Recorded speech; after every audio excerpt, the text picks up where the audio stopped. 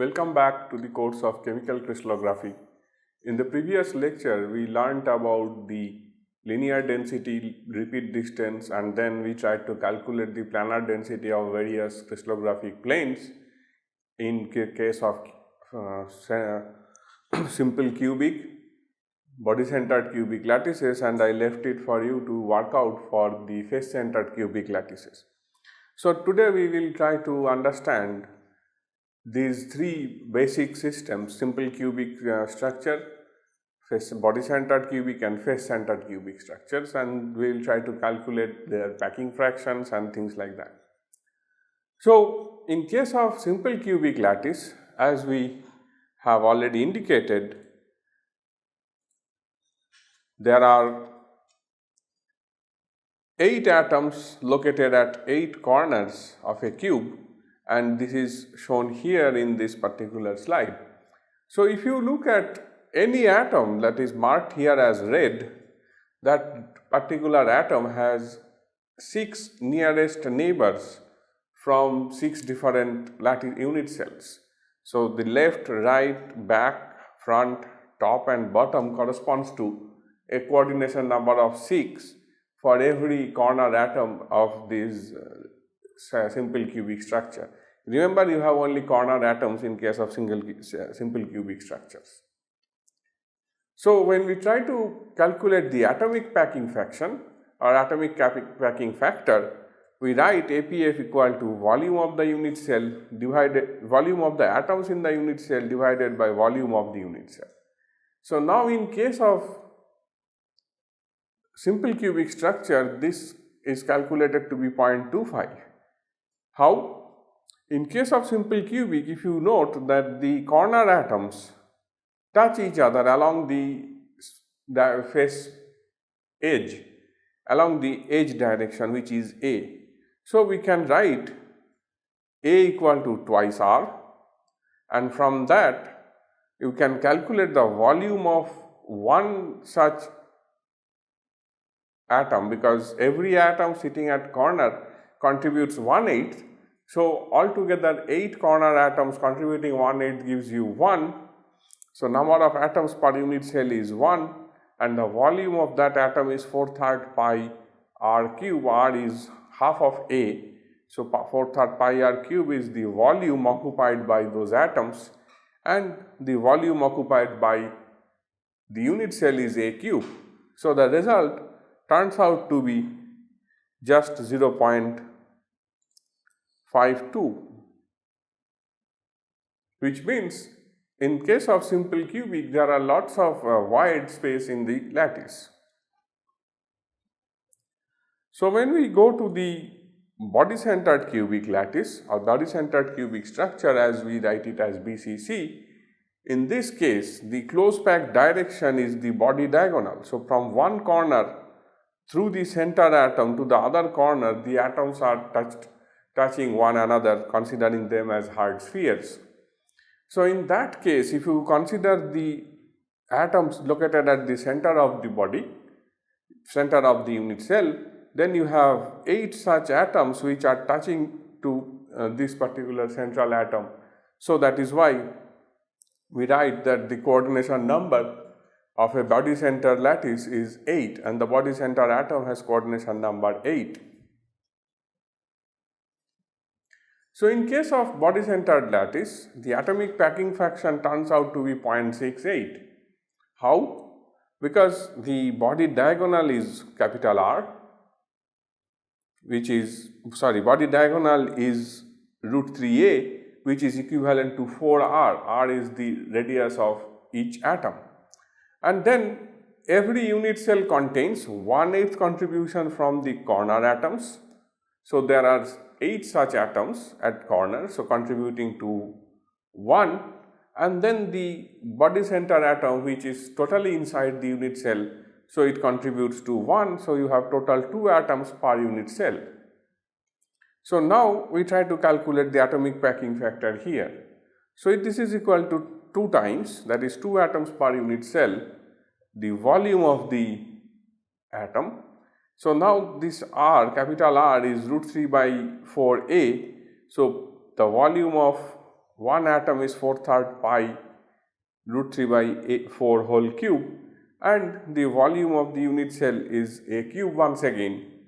So if you do this calculation, you will find that the result comes out to be 0.68. It means this is slightly more compact packing compared to the simple cubic lattice. So now if we try to see what happens when it is face-centered cubic lattice. In case of face-centered cubic lattice, the closed pack direction is your face diagonal, which means along this face the atoms are connected to each other. So in case of face-centered lattice, the coordination number is 12. That means every atom has 12 nearest neighbors associated with it.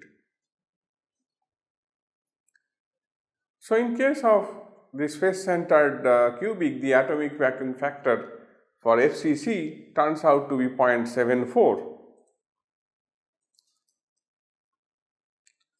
highest among all the three. So how do you calculate that? You see again the face diagonal, which is root 2a, corresponds to R, 2R and R, which means the length of the face diagonal turns out to be 4R, which is equivalent to root 2a. And then the unit cell contains 4 atoms per unit cell. How? See, the face atoms contribute half, and there are 6 such faces. So those 6 such faces contribute to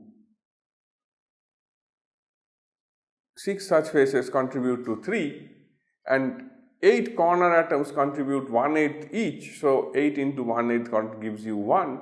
So 3 plus 1 equal to 4. So then we calculate atomic packing factor again in the same manner, 4 into 4/3 pi r cube, here r equal to root 2a by 4.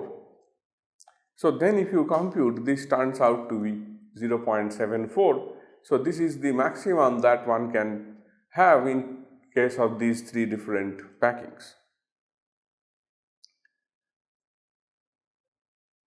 So in case of face-centered cubic and hexagonal closed pack structures, this atomic packing factor is turned out to be 0.74, and this is the highest packing fraction that one can achieve.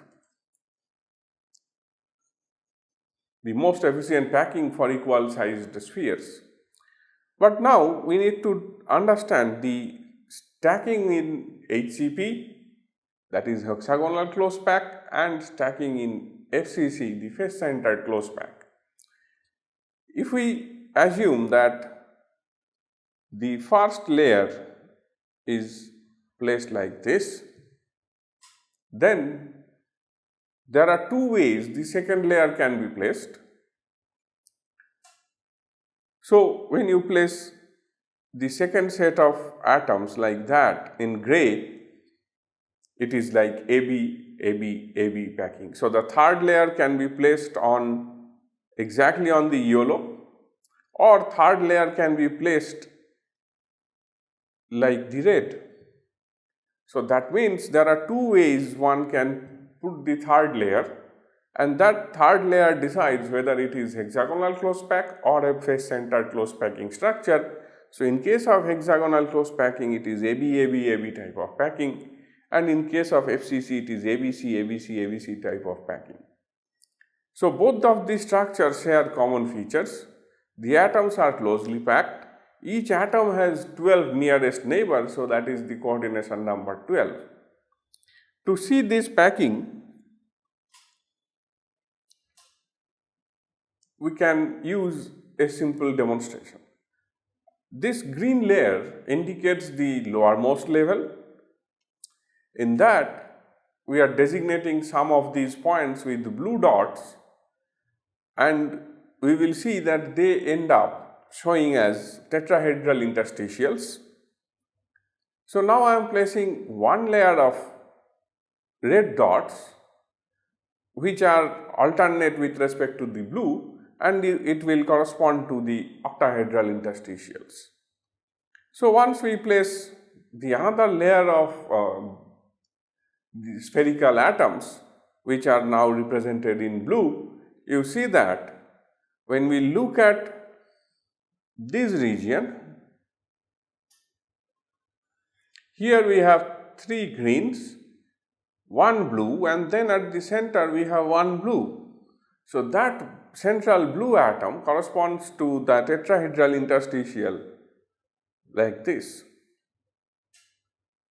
If we concentrate at a different location where you can see this arrangement, for example, when we try to see here the arrangement at this point, you have 3 green atoms at the lower layer, 3 blue atoms at the upper layer, and in between these 6 atoms you have 1 central red atom located at the octahedral interstitial. So when you place 2 layers of atoms, you generate 2 different types of sites. One is called the tetrahedral site or tetrahedral interstitial. The other point is octahedral site or octahedral interstitial. What is the difference? The tetrahedral interstitial has coordination number equal to 4, while the octahedral interstitial has a coordination number 6.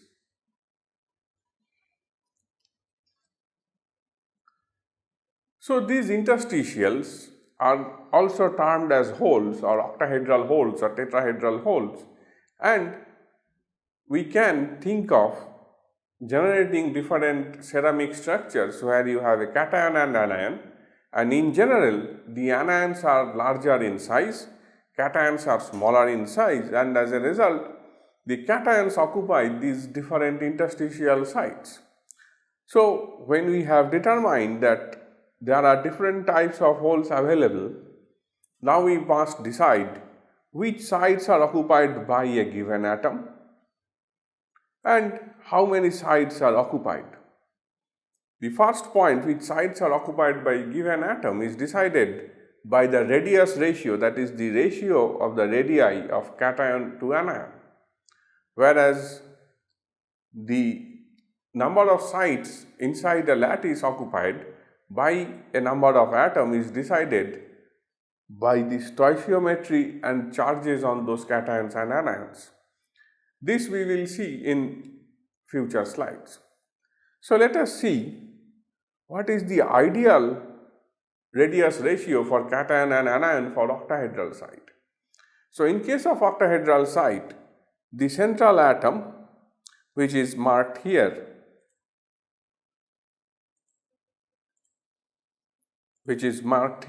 in red, the central atom is connected to 4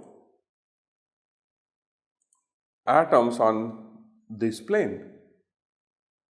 So the distance d from the center of one anion to the center of other anion through the cation, that distance d is equal to 2r of cation plus 2r of anion and 2r of cation.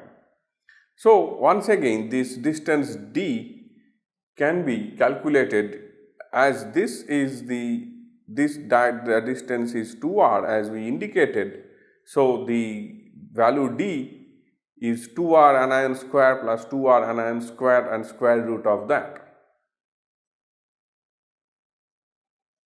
Therefore, we can equate these 2 equations and calculate the ideal value for cation to anion radius ratio for an octahedral site. In the same manner, it can be shown for tetrahedral site, the value is 0.225. I would like to leave it to you to determine how can you calculate this value. So now we apply this radius ratio rule. As we know, the cations are generally smaller than anions. So in general, Rc by Ra is smaller than 1. So now to have a stable ceramic structure, anion surrounding a cation must touch each other. So now there can be 4 different situations.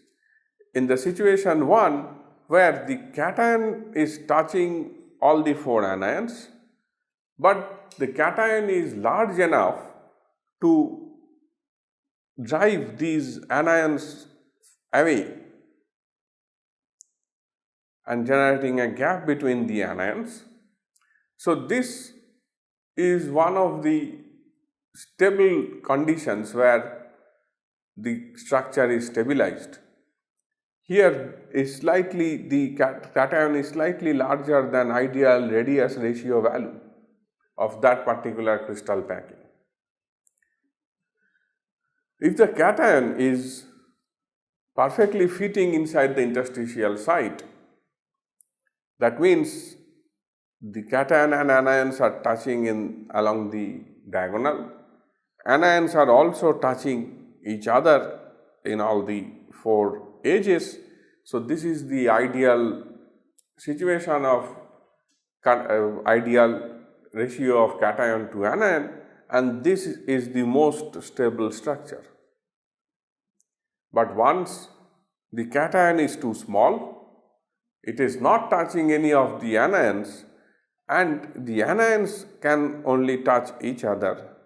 In that situation, the cation can rattle. That means the cation can vibrate inside the lattice. As a result, the structure becomes unstable, and we don't have a large number of structures having this type of arrangements. So now we need to learn what is the coordination number and what is its relationship with ionic radius. So coordination number increases with Rc by Ra, that is the radius of cation by radius of anion. So here we have a small table. On the first column, we are giving the value for R cation versus R anion, the ratio, the corresponding coordination number, and a probable structure representing that. So when it is this cation to anion ratio is 0.15, that means cation is extremely small compared to the anion, then the coordination number is 2, and you see a situation like this. When this coordination number falls between 0.15 and 0.225, the coordination number is found to be 3, and the situation arises like that. The next higher ratio is between 0.25 to 0.41. This corresponds to the coordination number 4. So when you have 4 coordinated system, coordination number 4, this gives rise to a tetrahedral interstitial, and that is seen in case of zinc blende structure, ZNS structure. We will discuss this structure in detail in future slides. But what we can see here is that you have sulfide atoms occupying the face center positions, the 8 corners and face center positions, and zinc atom occupying the alternate interstitial sites. Those are tetrahedral interstitial sites. So now when the radius ratio increases to about 0.41 to 0.73,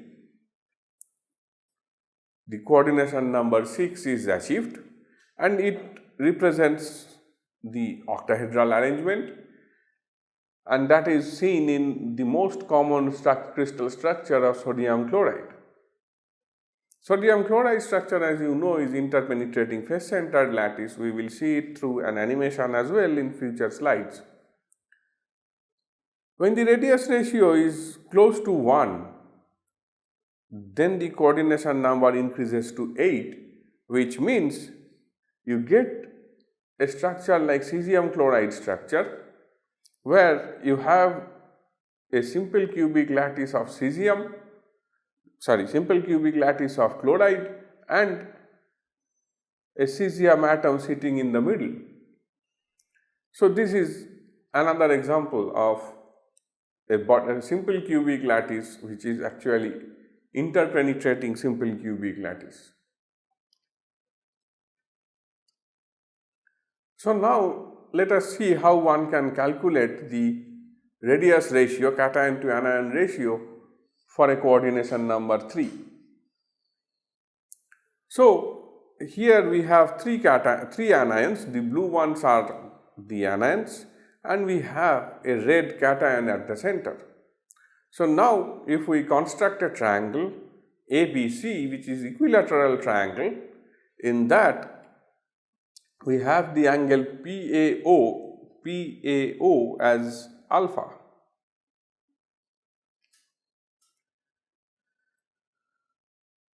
What is that? We have dropped a perpendicular from O to AB and made it OP. So as a result, AP equal to PB, AP equal to PB equal to the radius of the anion, and AO is nothing but radius of the anion plus radius of the cation.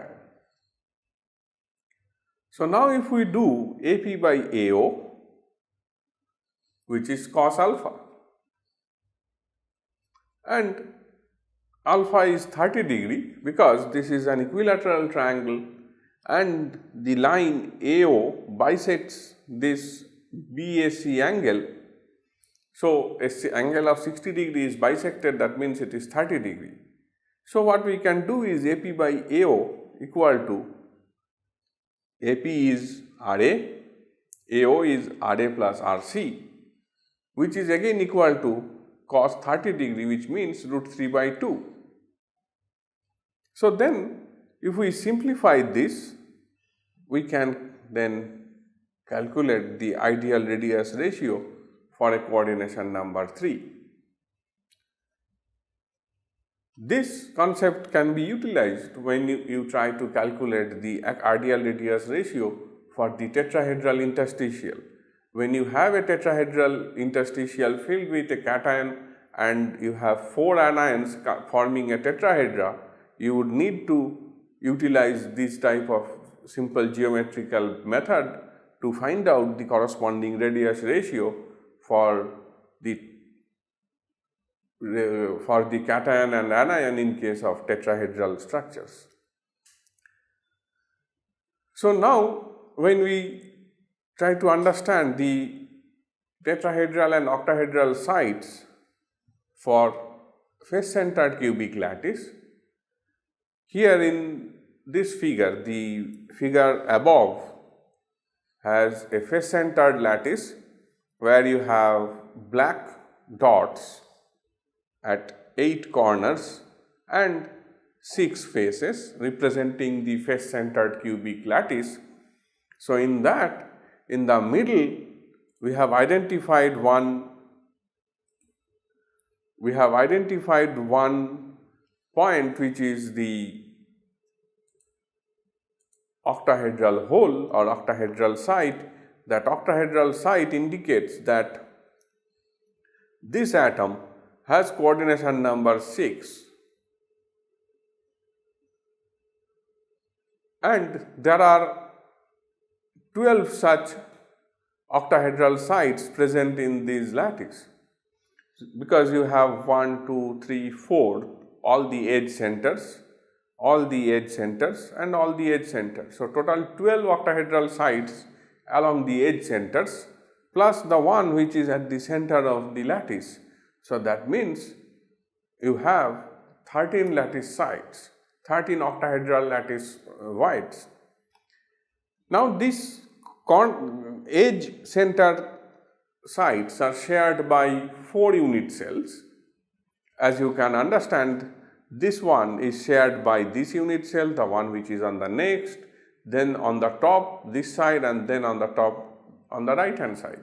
So every corner, every edge center lattice site is shared by 4 unit cells. So each of them contribute 1/4, That means you have 12 such sites, everyone contributing 1/4 is equal to 3 plus 1 equal to 4 positions per unit cell. Now, if we look at the lower representation of the same face centered lattice, where you have atoms at 8 corners and atoms at 6 faces. So, now the positions which are marked here in red are this one, and so on. All these points correspond to the tetrahedral sites. What are the coordinates of those sites? I have written one here. Actually, these sites are 1/4, 1/4, 1/4. Suppose this one. Then you have one more which is 1/4, 3/4, 1/4.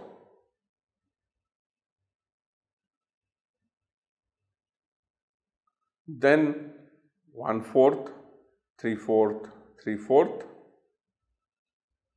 and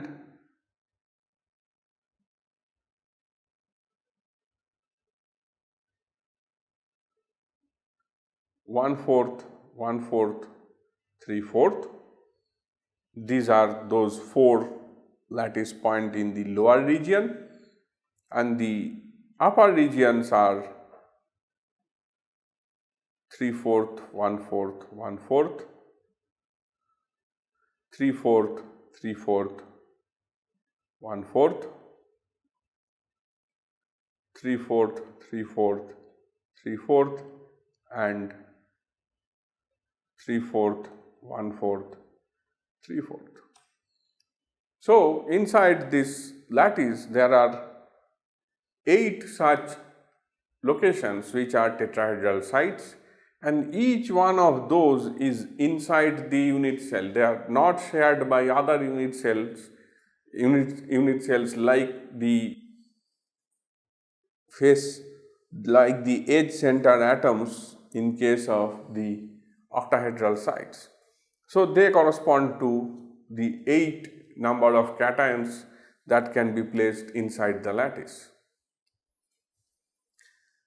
So, in case of cubic closed packed structures, the FCC structures, anion arrangements and the summary of possible cations is listed here. So, number of anions per unit cell is always 4, as you can see, and then if we start filling the octahedral sites, if we fill all the octahedral sites, that means 100% of octahedral sites are filled, you have 4 cations as well. Then the stoichiometry turns out to be mx, and the example is a sodium chloride structure.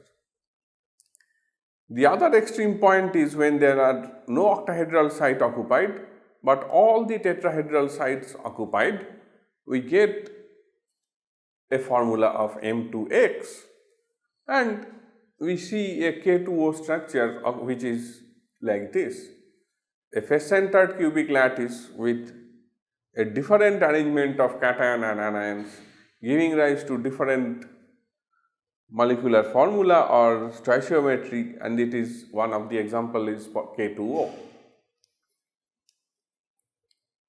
In case of third set, where there is no octahedral site occupied and only 50% of the tetrahedral sites occupied, once again we end up getting mx type of stoichiometry, 1:1, but here the interstitials are tetrahedral interstitials which are filled, and 50% of those are filled. So, the cation anion pair is an example of that kind of structure is zinc sulfide or ZnS. When the corresponding reverse happens, that is 50% of the octahedral sites are occupied and not a single tetrahedral site is occupied. So, you have 2 cations and 4 anions. That means you have MX2 type of structure. So this is an example of cadmium chloride structure. The other theoretical possibility is both octahedral and tetrahedral sites are 100% occupied, so one should have this type of formula M3X, but till now there are no such known structures having this type of coordination geometry. The last type that one can think of is 50% occupied in case of octahedral site and 12.5% occupied in the tetrahedral sites. The formula turns out to be M3X4, and there is one type of example, a structural type called spinels, which we will discuss in the next class. This MgAl2O4 corresponds to a spinel structure where a part of the octahedral sites are filled and a very small portion of the tetrahedral sites are filled. So in today's lecture, we have learnt about the atomic packing factors for simple cubic, body centered cubic, face centered cubic. We have learnt how to calculate the radius ratios for different types of coordinations for cation and anion, and then we understood what are the different types of interstitials, tetrahedral and octahedral interstitials. So from here we will continue in the next lecture.